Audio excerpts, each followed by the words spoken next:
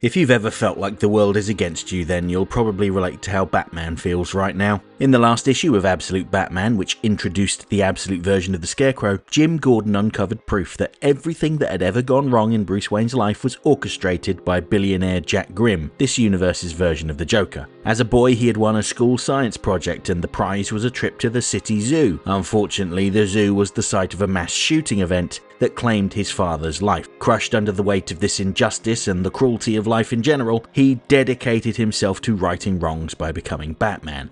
When Grimm's associate, Black Mask, paid the citizens of Gotham to riot, it triggered martial law, ushering in a police state. This gave Grimm the means to construct Ark-M, a secretive facility off the coast of Gotham where people are tortured and experimented on. Grimm's men took Bruce's best friend Waylon Jones and transformed him into a massive slathering beast with an endless hunger, and the facility's enforcer, Bane, crushed his other childhood friends Eddie Nigma, Oz Cobblepot and Harvey Dent, warping them in frightful ways. Batman's retaliation was swift and destructive. He exposed the truth about what was going on in the city, but that just made him an even bigger target. Grimm released more of the denizens of Ark-M on Gotham, starting with Pamela Isley, who told Batman that the only way to defeat Grimm is to become a monster too. Yeah, Grimm isn't just an evil billionaire, he's a literal demon that drains the blood of infants to maintain his youth. Not at all subtle commentary there, but I'm totally here for it. Now, Batman had previously attempted to make things right with his friends, but their hostility towards him made him realise that being close to him and his mission is only going to harm them further. With Wonder Woman's help, Batman was able to partially restore Waylon, but now that task was complete, he decided to take things to the next level. Batman took Isley's lesson to heart as he showed her no mercy and then cut off his friends and family, focusing on being Batman as much as he could. He has allied himself with Spy, Alfred Pennyworth and Harley Quinn and her Red Hood counterculture gang, and they plan to save Gotham by whatever means necessary. And you know what? He was making progress. He had opened people's eyes to what was going on around them, and the citizens were organising. As a consequence of this, Jim Gordon found proof that everything that had gone wrong in Bruce's life was part of Jack Grimm's Project Batman. His father's murder, his friends being tortured, everything was connected, and realising the implications and his own unwitting role in this, Jim Gordon leapt off of a building to his death. Of course, this allowed Grimm to manipulate events even further, saying that Batman had killed Gordon. In reality, Gordon had been exposed to the Scarecrow's fear gas via cigarette smoke. But it didn't matter. Everything Batman thought he knew had been upended, and the people were turning against him. And this also allowed Grimm to make his next move, unveiling his new law enforcement squad, the Robins. 5 orphaned teens who would stand up to the menace of the Batman and bring him in. And in true over-the-top Absolute fashion, they're not just acrobatic teens that know kung fu, they have mechs, battlesuits and super fast motorbikes at their disposal, like something ripped straight out of an anime.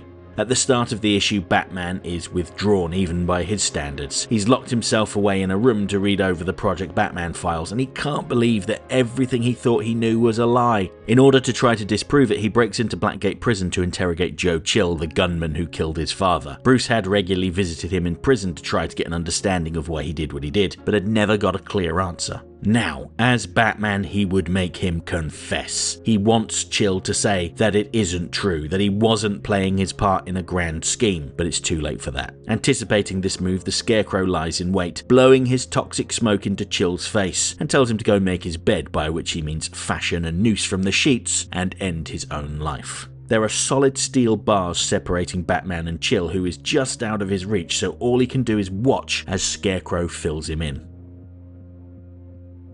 Batman initially dismisses him as just another Joker flunky, but Scarecrow claims to know more about Batman's life than he does. He tells him that there was no grand scheme involving Bruce Wayne. Instead, his whole life has been nothing but the punchline of a joke. They are aware that his mother Martha had been a member of the Court of Owls. In this universe, they are a counterculture terrorist organisation, and they wanted to mess with her through her son. The name Batman was chosen because bats are the natural prey of owls. This was the part that Gordon had burned before his death. He didn't want Bruce to know his mother's past for some reason. Ultimately, they don't really care all that much about him, they're just mocking him.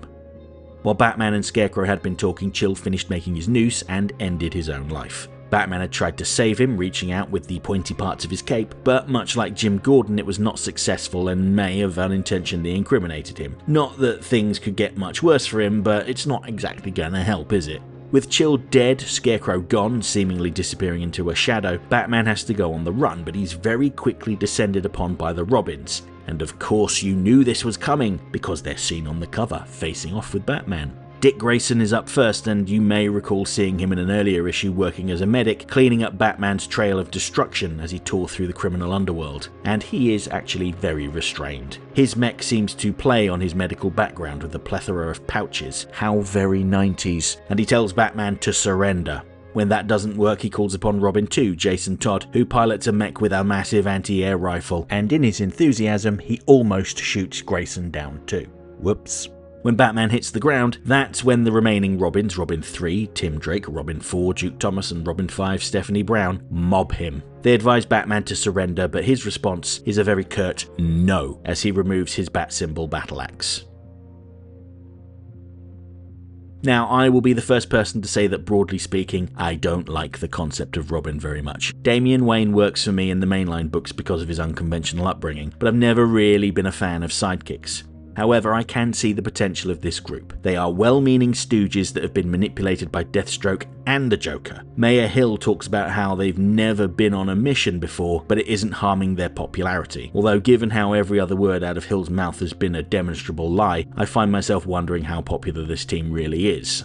And just before I wrap up, one final thought. Batman may have withdrawn from his friends, but they haven't necessarily given up on him. Note how Wayland visits Eddie Nigma, who has plugged his brain directly into his computers, and does his best impression of Jim Carrey's Riddler from Batman Forever. He wants to get the band back together to help Batman, and notes that, yes, they are all hurting, but so is he. They've all gone through some sort of change. Nigma has retreated into his virtual world. Harvey is stalking the criminals that were released because of his association with Batman.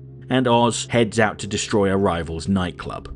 They may be separate and angry, but Wayland notes that they need each other's help to move forward, and I can't help but think that Batman plus Killer Croc, Penguin, Riddler and Two-Face may be enough to defeat the Robins, especially if you add Harley Quinn into the mix.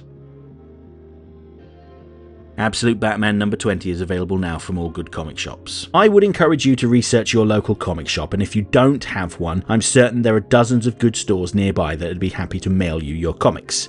If you're opposed to the idea of cluttering up your home with comic books, then you can get this one digitally from places like Amazon as well as Neon Ishiban. Personally, I prefer physical comics, but I do like the convenience of having thousands of comic books accessible from my phone. But you do what works best for you. Cheap plug time, I'm currently running a competition where you could win one of 4 signed copies of Two-Face Trial Separation. Full details on how you can win can be found in last week's video, where I talked about a recent splurge I went on, tracking down Golden Age Two-Face comics.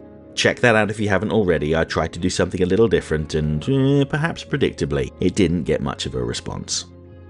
Next time. I'll be back shortly to discuss the penultimate issue of Absolute Martian Manhunter, and I have to say that at the time of writing I've read this issue twice, and I have absolutely no idea what's just happened, so plus ça change, right? And by popular demand, well, if you count a couple of dozen comments on my Batman number 9 video, I'll be closing out this week's coverage with a video about Barbara Gordon Breakout number 1, where Batgirl finds herself locked up in Vandal Savage's Supermax prison, but she is not at all unhappy about it. Tune into the video to learn more. Hope to see you then.